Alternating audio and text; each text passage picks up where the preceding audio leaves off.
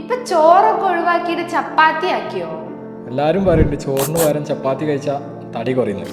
ചപ്പാത്തി കഴിക്കുന്നതുകൊണ്ട് കുഴപ്പമൊന്നുമില്ല. ചപ്പാത്തി ഒരു unrefined form of അന്നജാണ്. അതായത് അതിൻ്റെ അകത്ത് പ്രോട്ടീൻസും വൈറ്റമിൻസും അതേപോലെ ഫൈബേഴ്സും ഒക്കെ അടങ്ങിയിട്ടുണ്ട്.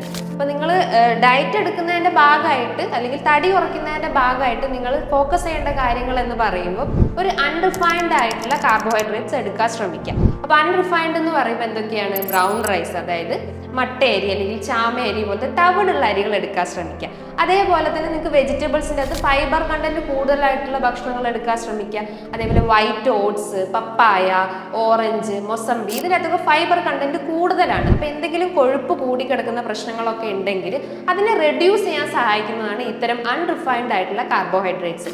ഇതിൻ്റെ അകത്ത് കലോറീൻ്റെ അളവ് വളരെ കുറവായിരിക്കും, അല്ലെങ്കിൽ നമ്മുടെ ശരീരത്തിൽ എന്തെങ്കിലും ഗ്ലൂക്കോസിൻ്റെ അളവ് കൂടുതലാണെങ്കിൽ അതിനെ റെഡ്യൂസ് ചെയ്യാൻ സഹായിക്കുന്നതാണ് ഈ ഒരു അൺറിഫൈൻഡ് കാർബോഹൈഡ്രേറ്റ്സ് എന്ന് പറയുന്നത്.